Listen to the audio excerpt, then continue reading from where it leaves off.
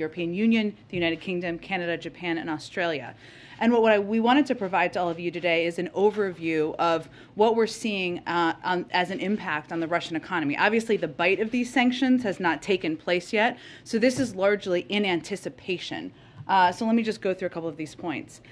Borrowing costs for the Russian government has spiked to almost 11%, highest since 2015. Foreign investors are fleeing Russia. The ruble is trading at its weakest level since November 2020, one of the weakest currencies in the world.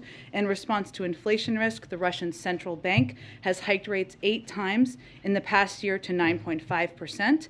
And Bloomberg reported, just going to cite Bloomberg there, that the fortunes of Russia's super rich have tumbled $32 billion this year, with the escalating conflict in Ukraine poised to make that wealth destruction much larger. So as I started off saying, this is before the bite even takes place, and this is just after the beginning. I mean, we've only had obviously a first tranche here, but this is a vicious feedback loop that will get more severe if Putin doesn't escalate. So as he's looking at the impact on his own economy, on his rich and wealthy oligarch friends, and on the people of Russia, these are the facts, regardless of what you're hearing from the Kremlin about the impact. Also, just wanted to note, because I know that we put out these sanctions when a lot was happening yesterday, just wanted to give you a little bit more detail of them. Obviously, you hopefully have seen the announcement and the statement from the president about Nord Stream 2. We can come back to that, but that is an additional step today. And also on banks, and the announcement we made yesterday, what we did was we used our most powerful sanctions tool to target 2 major state-owned Russian banks for the first time. That is the significance. These banks can no longer, what it means is they can no longer make any transactions with the United States or Europe, and their assets in the financial system will be frozen. They are the glorified piggy banks, some of the glorified piggy banks for the Kremlin, including one of them, which is a key financial institution where support military finances has been held.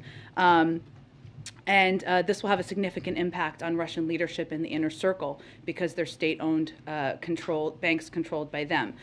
We also were clear yesterday, but again, there was a lot going on, so I just wanted to touch on this lightly, that no financial institution is safe. And the authority that was announced yesterday means that we can expand this to other financial institutions in Russia, and we have every capability and capacity to do that.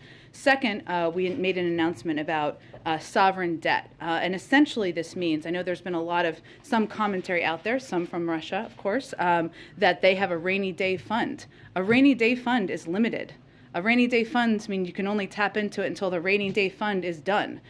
The ability to purchase sovereign debt means that you can gain access to additional funding. And what we are essentially doing is cutting off their ability to tap into that from the United States and Europe. Finally, on elites, what is significant about this, and somebody asked me this question about what's different.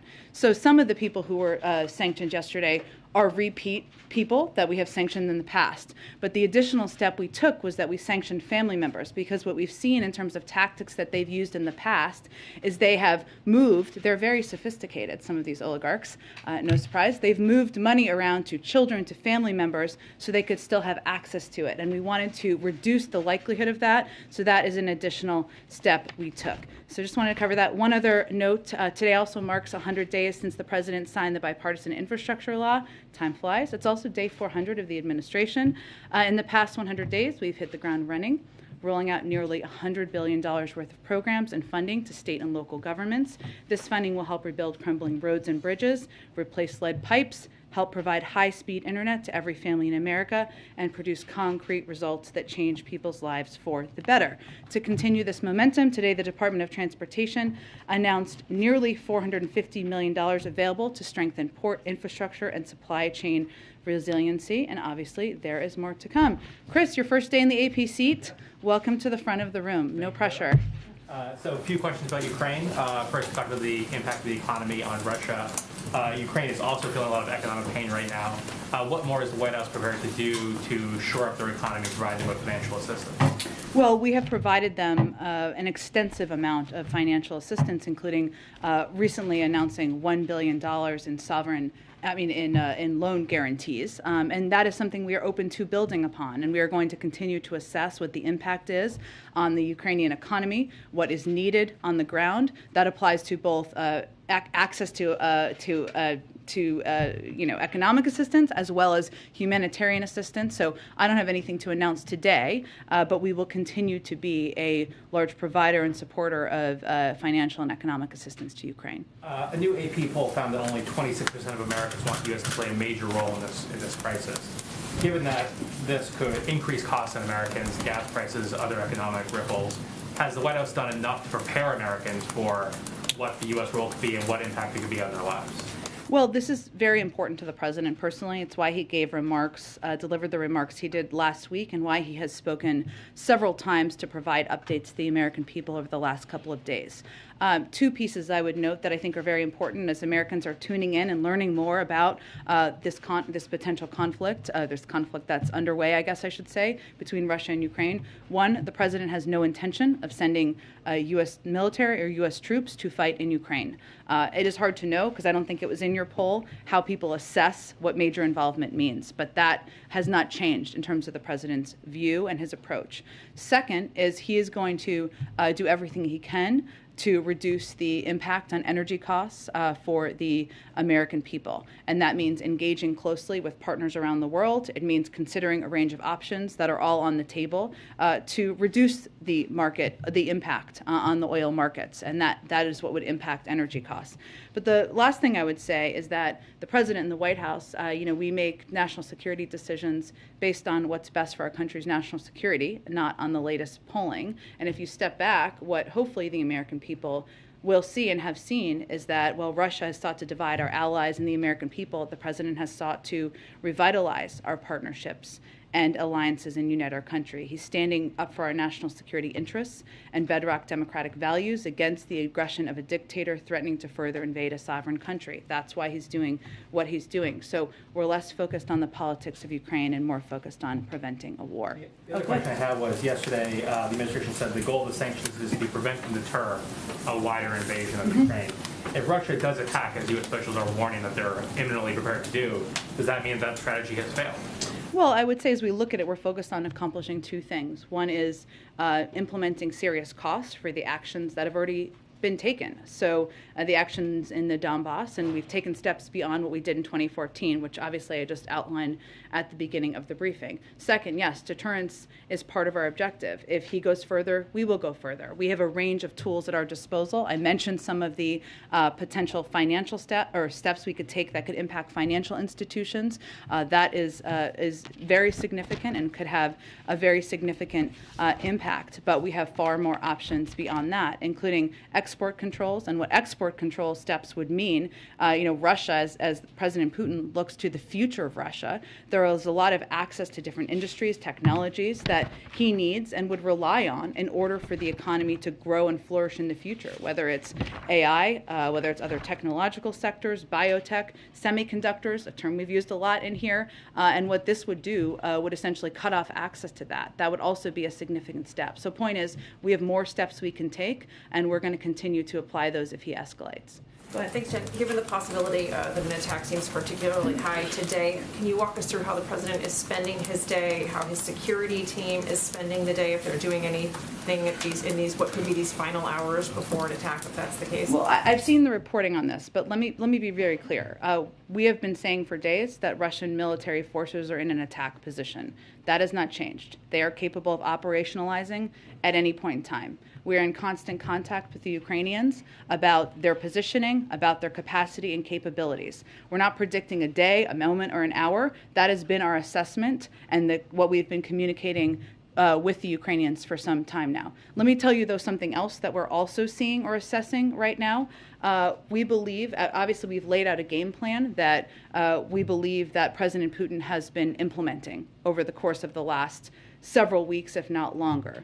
It's clear, and what our assessment is that President Putin did not expect the United States to have the level of information that we have, did not expect us to put out this amount of information that we have put out, did not expect the global community to be as unified, including in the how unified the global community was in putting out the sanctions yesterday. And what we're seeing now, our assessment is that he is improvising, adapting, and we're having to respond and adapt his own actions to as we are responding to him. So we don't have a new assessment. I will tell you that what the president is doing is what he has been doing for several days now, which is continuing to meet and engage with his national security team. Obviously, he had a PDB this morning, and he will receive regular updates from his team. He will continue to engage closely with partners and allies, something that he has been doing for several days now. But that is a continuation of what our engagement has been. Given that we could be looking at an imminent attack, is there anything this White House, this president, believes he can do to stop it? Well, I think what's important to note here is we have been saying imminent for days now. And what I'm conveying to you is that we're also seeing adjustments by President Putin, or the need to adapt in response to what our actions and what our response has been. So what the president has been doing has been continuing to work with partners and allies to ensure we remain united, to leave the door open to diplomacy, but to make very clear to President Putin and to our partners around the world that there will be significant consequences beyond what we have done already should he invade further.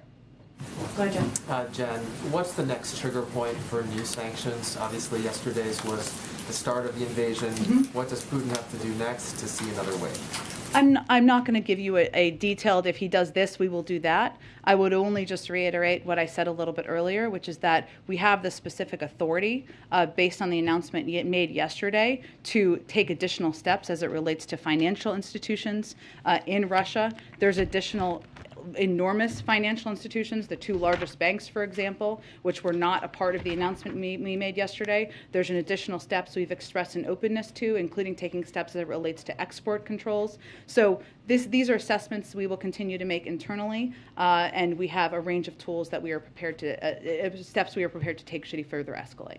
On Monday, when President Putin made clear that he was sending troops into those two breakaway regions, the White House initially said that does not constitute an invasion because Russia already has troops there. This is just more overt. The next day, President Biden came out and said this is the start of an invasion. What happened overnight? What changed to lead to that change in rhetoric? Well, I talked about this a little bit yesterday, but what we looked at and what we assessed were a range of steps. I'm not obviously going to get into military assessments or movements today, just like I didn't yesterday, but we looked at a couple of steps, including President Putin taking steps as it relates to the Duma to ask for authority to take additional military action beyond that region. We looked at his recognition. We looked at the positioning of troops and military, and we looked at the range of steps over that period of time to assess and make that decision. I would also note that our Deputy National Security Advisor was on TV conveying that morning as well. All right, and just lastly on this, the president of Russia, President Putin, said on Monday that he felt the West was going to impose sanctions basically regardless of what they did. Given that, you're obviously trying and effectively putting a lot of pain on the Russian economy. Do you think these sanctions will actually be a deterrent? Well, I think that is a decision for President Putin to make. I mean, there are statements he has conveyed in terms of what he wants to achieve here, right? The division of NATO, the opposite is happening, right? He wanted to see Nord Stream 2 move forward, a key prize for him. That is obviously not happening. He wants to have a flourishing economy for the Russian people. Just even without the bite of our sanctions, that is clearly not happening. So this is an assessment he's going to have to make, and we expect he'll hear from people around him who are being impacted and other people in Russia about the impact of these sanctions. Go ahead. Does the White House share the assessment of the Australian Prime Minister today that an attack is likely within 24 hours? I'm not going to give an additional timeline to it. We have been saying it could happen at any time, and they are in attack position for some time now, but I'm not going to give you an additional day, hour, moment. Well, just to follow up on that, you have been saying that it's imminent for some time. You guys stopped for a little bit, then you went back to it. Has there been a new warning to the Ukrainians in the last 24 hours or so? Because it seems that CNN and others are reporting that they have shared new intelligence about the threat of just how quickly an attack could happen. We don't know what that's based on. We have been conveying, in close touch with the Ukrainians, we have been conveying that they are capable of operationalizing at any time. That has been the case. I'd also note that obviously our preference would be that President Putin doesn't further invade.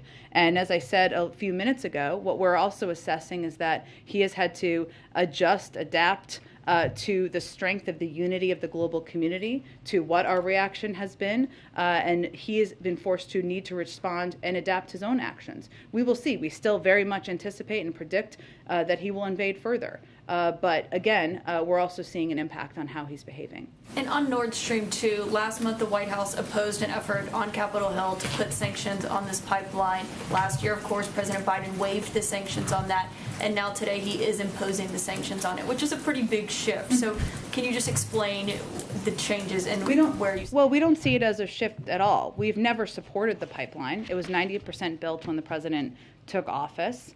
We've always spoken out against the pipeline. The question was, what was the most effective step in order to have the result that we have now over the last 24 hours? And there were calls by some in Congress to do preemptive sanctions on, or earlier sanctions, or take earlier steps, I should say, on Nord Stream 2. We disagreed with that strategy. We worked through a diplomatic path with the Germans. You saw the German chancellor make the announcement yesterday, and the announcement today was complementary to that. So the change is just because you were waiting on the Germans to take the first step here? Well, actually, it was that we felt a diplomatic approach would be the most effective approach, and we have succeeded in our efforts, and we didn't think the alternative approach was the right one.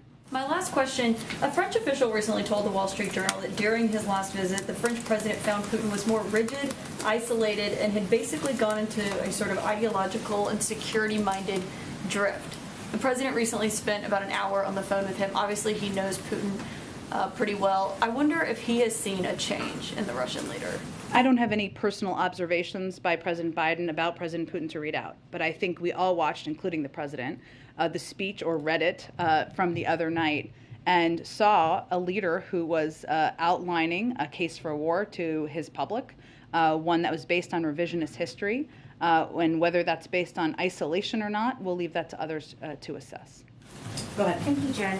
So you've said many times today that there is not a new assessment, but yesterday the president clearly chose his words carefully when he said the world was watching the start of an invasion, which is very different from the U.S. warning today that a full-scale Russian invasion is imminent. So are you saying that nothing has changed between when we heard from the president yesterday and today?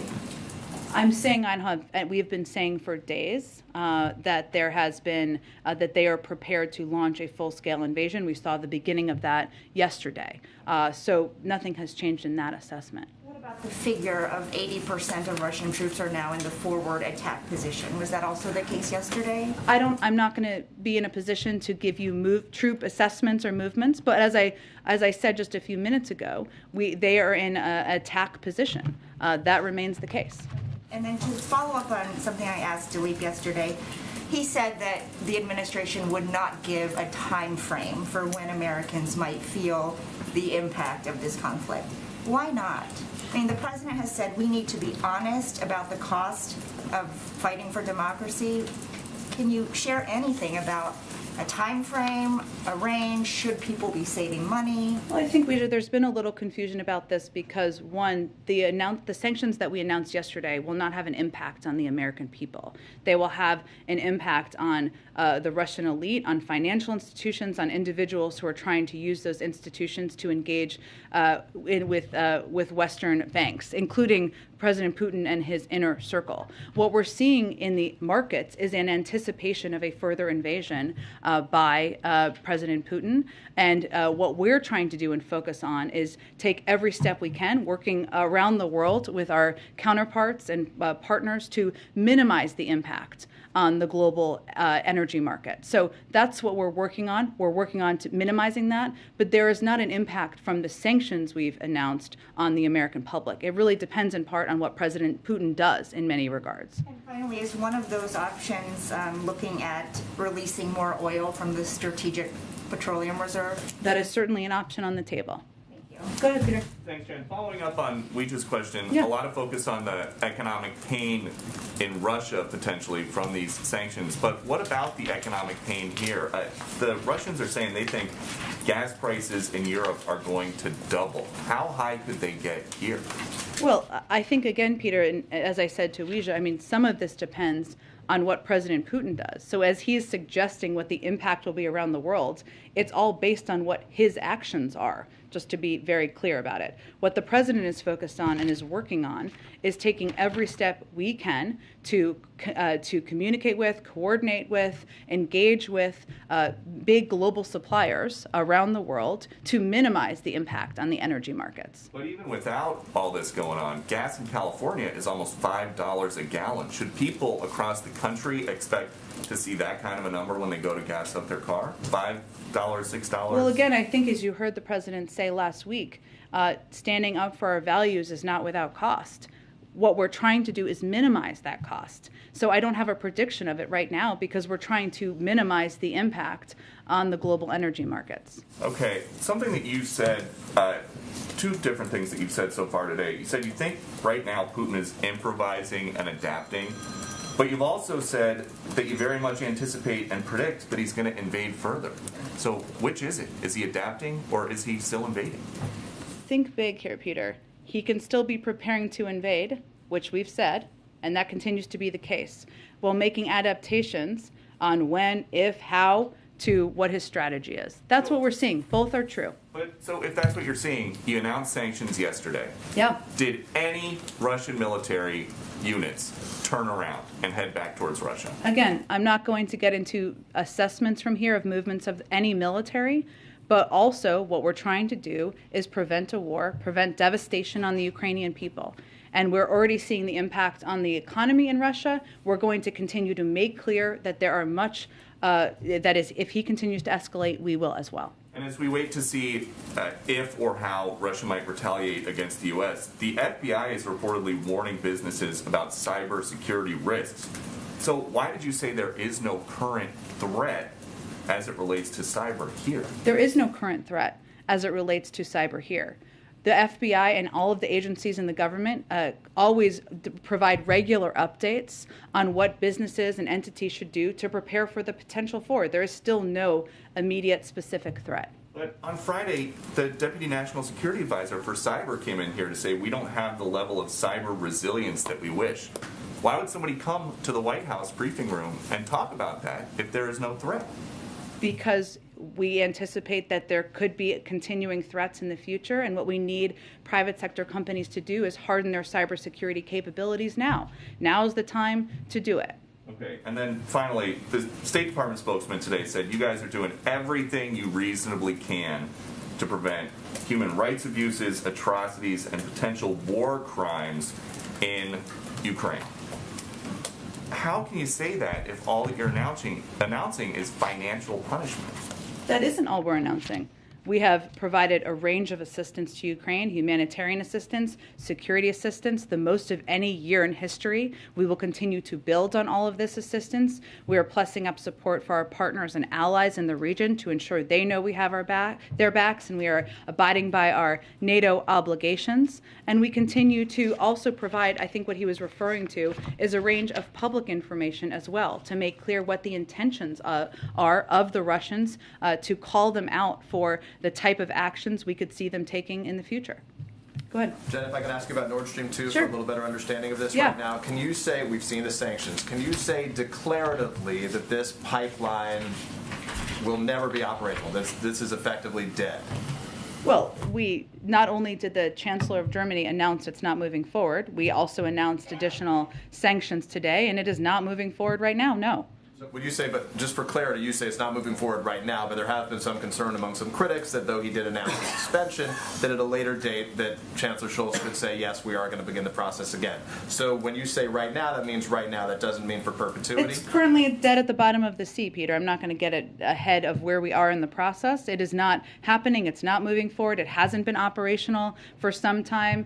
So that is where it stands, and this is all the result of diplomatic engagement and leadership by the President and his engagement with Chancellor Scholz. Let me ask you about some other security issues as best you're able to detail. Yeah. There's some things you can't discuss. So without detailing specifics that you can't discuss, what role is the U.S. playing in securing President Zelensky's safety? And does the U.S. bear some responsibility in making sure that he is safe? I'm not going to detail our conversations or engagements about security with the president of Ukraine, who remains in Kyiv and is continuing to lead the country. Do we bear some responsibility, though, for making sure, without detailing what you're doing, do we bear some responsibility for making sure that he is safe? We are going to continue to engage with him privately. I'm not going to detail or speak to it further from here. Just a last quick question. Sure. Is there any circumstance, obviously we're focusing so much on Ukraine as evidenced by these questions, is there any circumstance in which the president would hold his announcement of his Supreme Court pick after February? No. Declaratively, it'll happen before that. Has he made a decision yet? I don't have any updates on that. Go ahead. So this has been asked a few different times, but just to clarify, you and other officials have said that the purpose of withholding additional and harsher sanctions is so that they have a deterrent effect. Yeah. But at the same time, you're saying that a broader invasion is likely. So how are both of those true, if the idea is that they would have a deterrent effect? Well, we're trying to prevent that from happening, and we are making very clear how impactful and serious what we're considering in terms of additional sanctions could be. And is inflation playing a role at all in deciding, what gets sanctioned, how you're thinking about the sanctions package? Inflation in the United States, I assume you're referring to? Inflation. Look, I think we look at a range of factors, and I'll use the energy markets as an example because I know that was a question that was asked yesterday. It's a good one. As we look at what sectors we're going to sanction, one of the factors we look at is what can have the biggest impact, of course, on Russian leadership, people around President Putin, on the Russian economy. What we're trying to minimize is what impact there's going to be on the United States and global markets in a lot of ways. And if you look at energy, the energy sector as an example, sanctioning them further could also mean that President Putin and people around him get richer. So we look at a range of factors, and certainly the impact on the global economy is a factor as we consider options. Go ahead. If Russia does launch a full-scale invasion of Ukraine, should we expect to hear from the president as we have in the last few days? I would expect you would, yes. He would address the nation in some televised fashion. I would expect you would hear from the president as you have. And then can you explain a little bit more for people who are trying to follow this continuing situation with Russia and Ukraine, why would the U.S. not directly sanction Putin at this time? It remains an option on the table. What I would say to people who are trying to understand why is that sanctions are designed to, we've always designed them to increase, be escalatory. That would be an escalatory step, as would be sanctioning the largest banks, the very largest banks, and additional components of the financial sector, as would taking export control steps be. So there's a range of escalatory steps we have as options. Go ahead. You mentioned the sanctions on oligarchs at the top, and the president was a little unclear in his wording yesterday. He said that sanctions on Russian elites wouldn't start until today. That was crossed out in the transcript to yesterday.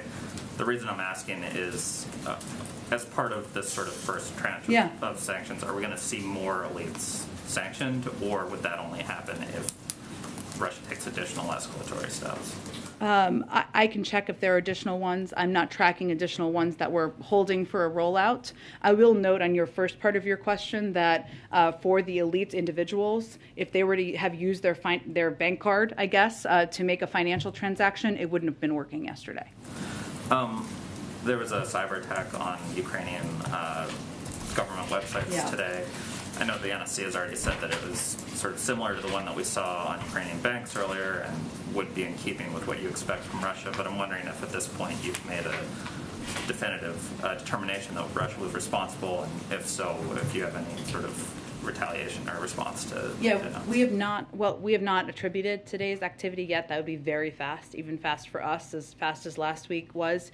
We do consider it, as I think some of my NSC colleagues said, to be consistent with the type of activity Russia would carry out in a bid to destabilize Ukraine. It's consistent with what we saw last week, where we attributed similar incidents to the Russian government, and we, of course, consider these further incidents to be consistent with the type of activity we've seen Russia take over the course of time. We are in conversation with Ukraine regarding the cyber-related needs, including as recently as today, and we're going to move with urgency to assess the nature and extent of this, what steps need to be taken, and therefore our response. And then the president's got a virtual meeting with the G7 tomorrow morning.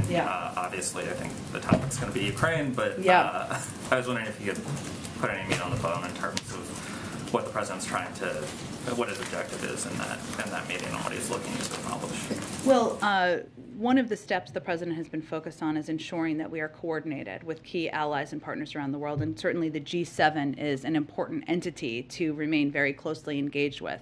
The G7 is 50% of the world's economy and joined us, all of them, in this first tranche of sanctions announced yesterday. The president is a believer that this level of coordination happens by accident. It happens through a lot of work and in close engagement.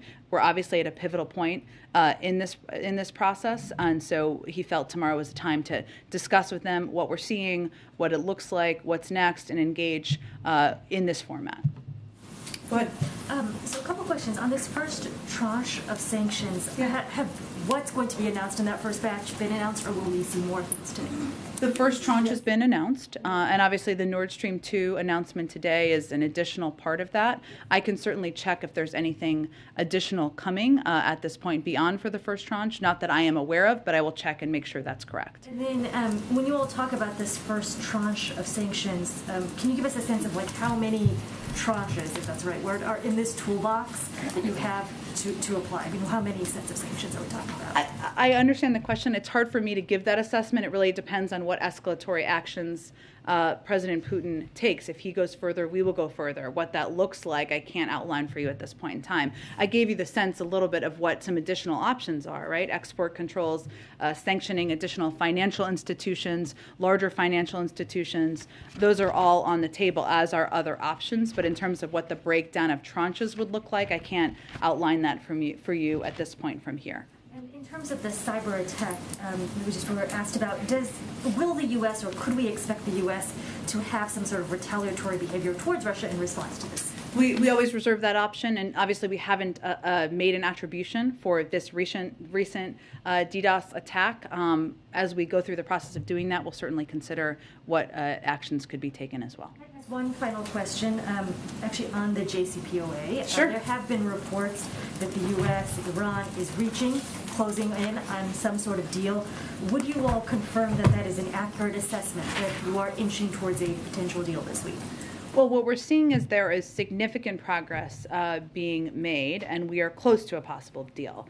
But there are a number of very difficult issues that remain unresolved, and there's very little time remaining to reach a deal given the pace of Iran's nuclear advances. Also, I would note that typically the most difficult components, the last mile, is where there is the most difficult conversations and negotiations. So yes, significant progress, and we are close, but there's a lot that still needs to be worked out.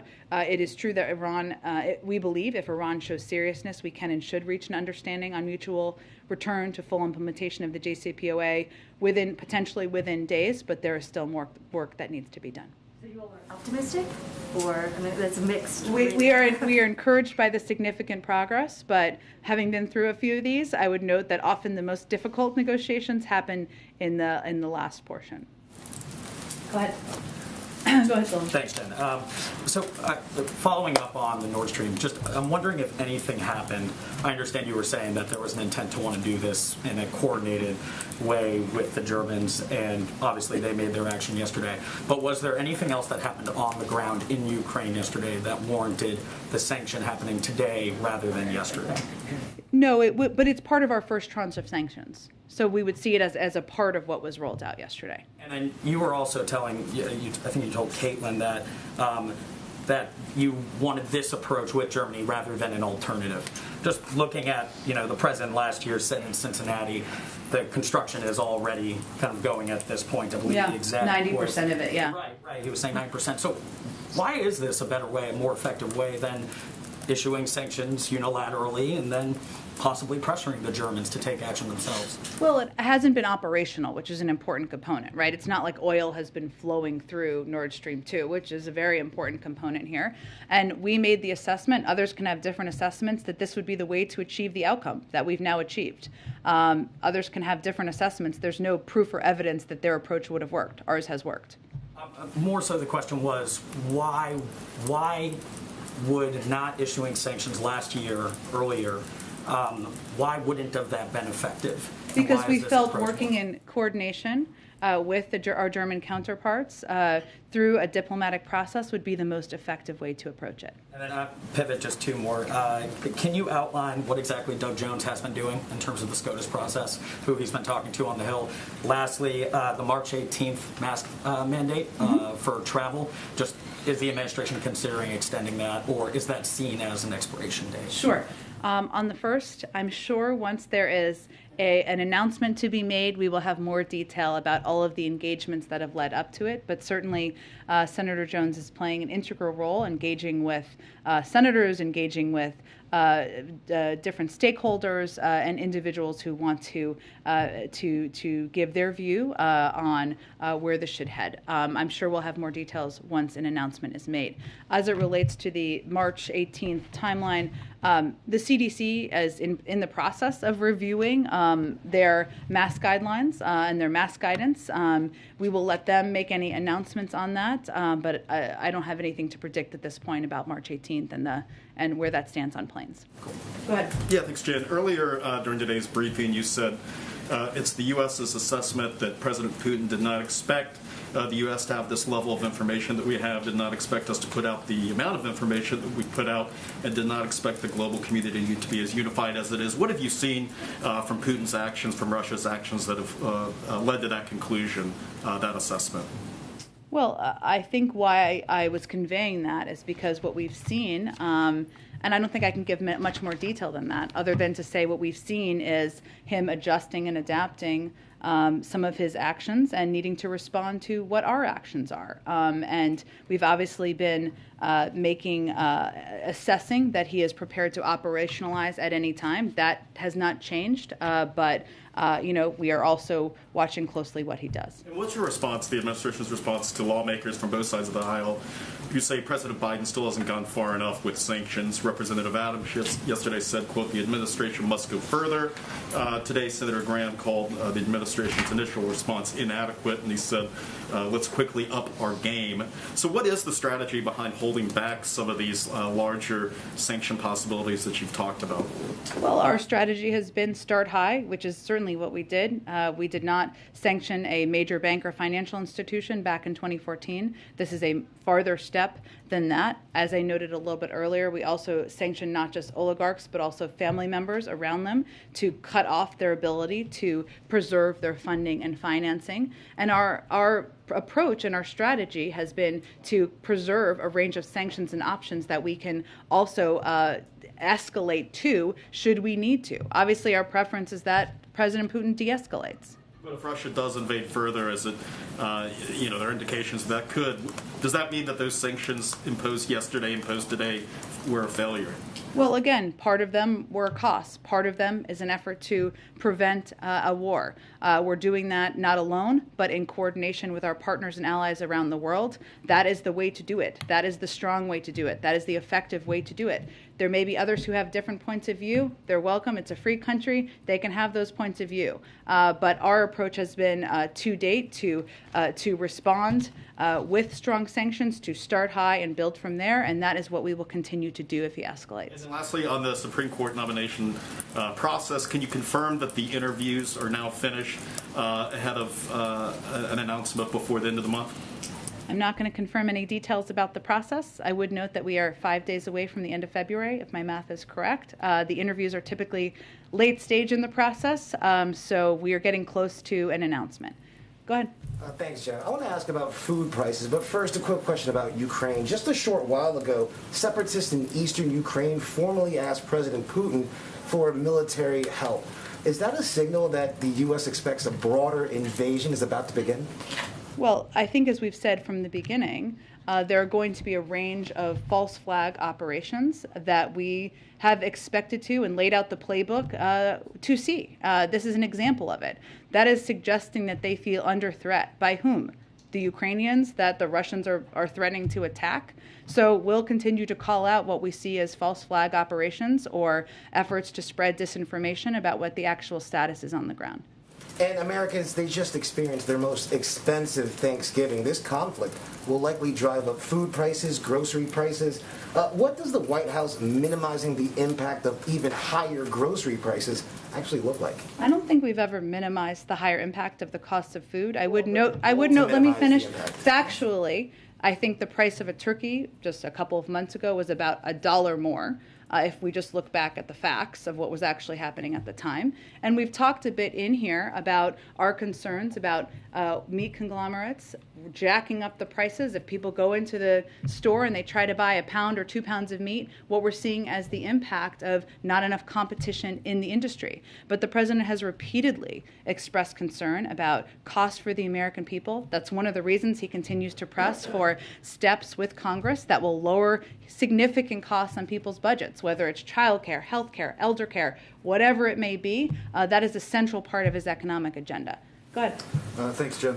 You've said, and the president has said several times that, to Americans that the U.S. is not sending the military into Ukraine, not going to war with Russia. And I just wanted to ask, given that you're warning of a full-fledged invasion, potential attacks on Kyiv, how the administration is as confident as it is that that won't become necessary at some point, that there won't be any need down the road for military engagement with Russia? That is not a decision the president is going to make. Based on? We are not going to be in a war with Russia or putting military troops on the ground in Ukraine fighting Russia. So ultimately, if Vladimir Putin takes all of Ukraine, that's a situation that the administration is not going to condemn, obviously going to punish economically, but that's not something that will be engaged militarily. Well, that is several steps down the road. But what I will tell you is the president has been crystal clear and consistent. He is not sending U.S. troops to fight in Ukraine. That has not changed. Has there been any discussion of the strategy of saying that, though, so publicly and potentially giving Putin an indication that the U.S. and NATO allies are willing to cede that sphere of influence outside of NATO boundaries to him? Again, I don't know how many more times I can say it. There's no scenario. The president is not sending U.S. troops to fight in Ukraine against Russia. We are taking a range of other steps, as you've touched on, but I would say they're quite significant. Not only are we the largest provider of security assistance, humanitarian assistance, and economic assistance to Ukraine, but we have also taken significant steps to plus up not only our NATO forces and our force posture, but the force posture of our partners in Eastern Europe to make sure they know we have their backs and support them. We will continue to plus this all up. But the president is not sending U.S. troops to fight in Ukraine. That hasn't changed. Go ahead. Thank you, Jen. This is a little bit related to Eli's question. So it's very clear what Russian escalation could be, right? Go from today to the whole of Ukraine, or bombarding Kiev, or there's a lot of things along the way. You've laid out all sorts of different sanctions that are being considered. Yeah. But what is the arc? Because it's very clear what the Russian arc could be, right? Could ultimately go to whatever, occupying the whole Ukraine, per se. What is the arc of the U.S. response? Like, what's the equivalent to, smashing Kiev to pieces?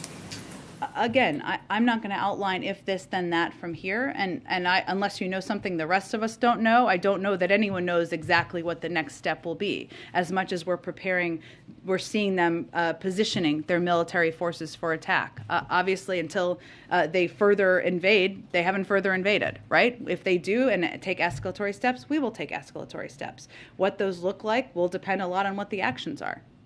Okay, one other question, please. You've got the G7 virtual meeting tomorrow. The President's made a lot of outreach to allies, obviously. Is any consideration whatsoever being given to some kind of last-ditch outreach to the Russians, either from the President or him encouraging the Europeans to have another go at it? Well, I talked about this a little bit yesterday. I mean, a couple of days ago, obviously the president made clear, or we made clear on his behalf, that if they didn't invade, that he was open to engaging with President Putin. And that would follow a meeting or engagement between our Secretary of State and Foreign Minister Lavrov. Obviously, we're in a different point at this point in time, and it doesn't feel appropriate or the right step to have those diplomatic engagements right now. We will always leave the door open. If they de-escalate, we will certainly proceed with diplomatic engagement. But no, we're not considering a meeting with President Putin or engagement with him right now. Go ahead. Hi, I have a question on Mexico, but first on Ukraine. Sure. On the sanctions on Nord Stream 80, can you confirm that they will only affect Gazprom and not the 4 European companies that are shareholders of the consortium? I think we put out an extensive statement on this, as well as some details. Let me see if I can just outline it all from here, and we can get that to you after the briefing as well. What was your other question? Yeah, on Mexico, the president of Mexico said today that the U.S. isn't well informed about violence against journalists in Mexico, and that there isn't impunity for those crimes. Are you worried that he's downplaying the risks that journalists face in that country? Well, I would say first we've seen factually the threats that have been posed to journalists in Mexico. And we've seen the threats, and that is a concern that I think the Secretary of State was expressing on behalf of the United States about those abuses. So I think he was speaking to facts we've seen on the ground. Go ahead. Hi, Jen, a couple domestic questions for you. First, does the White House have any reaction to the order from Texas Governor Abbott calling for prosecutions of parents who move forward with gender-affirming treatments for their kids? Well, I spoke a little bit, unfortunately, to another law that we saw moving in Florida just last week. But let me reiterate some of the points I made then. There are efforts in some states, not just Texas, but also Florida, unfortunately others, designed to target and attack the kids who need support the most, LGBTQI+ students who are already vulnerable to bullying and violence just for being themselves. This isn't an isolated action, as is evidenced by multiple states pursuing this. We're seeing Republican leaders take actions to regulate what students can or cannot read, what they can or cannot learn, and most troubling, who they can or cannot be. You've heard the president. He also, I think, put out a tweet or a statement to the Florida law, and I would say we have the same concerns about these type of actions we're seeing in Texas. And then in Florida, Governor DeSantis' administration is moving forward with the rule targeting shelters that house unaccompanied minors. Does the Biden administration have any contingency plans for the unaccompanied minors who may be affected by that rule in terms of their housing? Well, I think this is an important thing to call out here, because what we're talking about here is, one, it's our view, it's our responsibility, I should say, as an administration to responsibly and safely care for unaccompanied children. We're talking about minor kids here. So HHS is currently examining all legal options available at its disposal to ensure that our shelters continue to provide services to the unaccompanied minors in our care. I would remind you all that there have been kids in Florida, these facilities since 2005. I mean, these facilities have been open for 17 years now, being overseen by the Office of Refugee Resettlement. So we're obviously looking at legal options here, but I also would say this is, really flies in the face of what should be a moral view of anyone, that caring for the safe care for unaccompanied children should be a part of what we all want to be active participants in. Go ahead. Thanks, Jen. So the Justice Department today announced that they are ending the Trump administration's 2018 China initiative and replacing it with a broader approach towards more countries, Russia, Iran, North Korea. I know that justice officials have spoken about this, but if you can elaborate from this podium the reasoning behind that, and especially in addressing the complaints of discrimination from Asian Americans. I would have to dig further into this, Patsy. I'd really point you to the Department of Justice. I'm not sure we have more to add from here. And then just on the global pandemic response, can you confirm the amount of funding that the administration has requested from Congress? We're hearing this number of $5 billion that activists say is not nearly enough to help vaccinate the world, as well as to stop new variants from attacking the U.S. as well. Well, I don't have any specific numbers. We're still in conversation with the Hill at this point about funding and funding needs, both domestically and internationally. We want to continue to be the provider of not just vaccines, but vaccine know-how and assistance to the global community. We don't believe that the pandemic sees borders, and we know that in order to continue to get it under control, we need to be the leader in the world on this effort. But numbers are still being discussed with the Hill. well, so I don't have any more specifics, unfortunately. Really quickly on Ukraine, are you at this point urging Americans to leave Russia? I know that I think 2 days ago the embassy in Moscow is issuing an advisory saying for Americans to have evacuation plans that do not rely on government assistance. But are you actually telling Americans in Russia to leave The Russia? State Department makes those assessments and recommendations, and they update them regularly, so I'd point you to them for any updates. Go ahead. Thank you, Jen. A few on Ukraine. First, the Kremlin has vowed counter-sanctions in response to the U.S. We've not seen what those will look like, but it sounds like the U.S. has quite a bit of intelligence, so I'm wondering if you have any view on what the nature of those counter-sanctions could be, what impact they could have on consumers, and how the administration could offset that. Well, we've seen those threats or those reports, but I don't have anything to provide or assess from here. Yesterday, President Biden said nothing in Putin's lengthy remarks indicated any interest in pursuing real dialogue on European security in the year 2022. If that's the case, what do you see as the end game here? Well, again, our hope is that Putin will decide to de-escalate, that he will feel the threat of the sanctions, what the impact will be on the Russian economy, on the Russian people, on the people who surround him.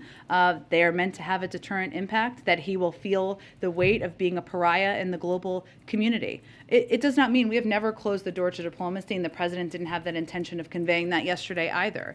And certainly, if it is an appropriate time, he will engage with President Putin again. But now is not the appropriate time where he's continuing to invade a sovereign country. And finally, the administration is working on putting its budget together. How much humanitarian assistance for Ukraine is the administration prepared to support? It's a good question. What we're going to, and it's hard for me to give you a number right now because we're going to continue to assess the needs on the ground, and we certainly are prepared for the potential for there to be major continued humanitarian needs on the ground. Obviously, those have existed since back to 2014, but we want to continue to be the largest provider of humanitarian assistance. This is something we will continue to discuss with colleagues in Congress as well. Thanks, Jen. All right. Okay, thanks, everyone. We'll do this again tomorrow. Supreme Court real fast, Jen. Yes, ma'am. Going back to what Peter asked. Sure. This small window, and in the midst of this window, you have a lot going on with foreign policy. We do. It means you guys have a lot going on, too. All of us. Yes, right. How about that? With that said, how is the president feeling in the midst of all this as it relates to this impending nomination, this historic nomination that he's getting ready to make? Tell me more about what you mean. How is he feeling? How's he feeling? I mean, he's got all of this going on with Ukraine and Russia, and then he's got this historic nomination of the first black woman to potentially sit on the U.S. Supreme Court. Yeah. It's history being made in the midst of looking at sanctions and other things that are happening overseas. How is he feeling about this piece over here? Yes. I mean, I think the president is looking forward to announcing a historic, eminently qualified black woman to serve on the Supreme Court.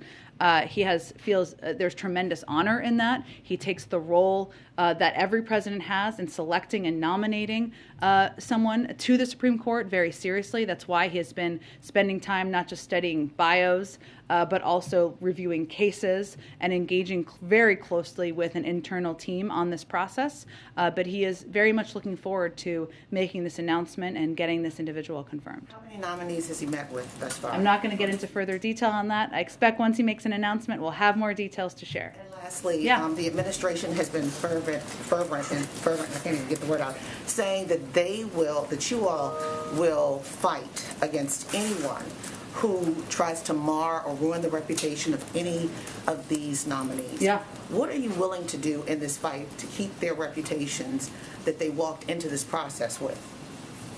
That's a good question, April. I think what we mean by that is there are a range of eminently qualified black women whose names have been out there as potential nominees. All of these women would make tremendous additions to the Supreme Court. And we have also seen efforts to mar their reputations. And what we mean by that is we are going to fight back even before, obviously, the president has made a decision or made an announcement against efforts to tar any of their reputations. That means defending them publicly, standing up for them, providing information to debunk any information that's being put out about them that's inaccurate. And hopefully they all feel that we have delivered on that promise. But that has been important to the president from the beginning. Thank you. Thank you, everyone. See you tomorrow or whenever. Thanks, Jen.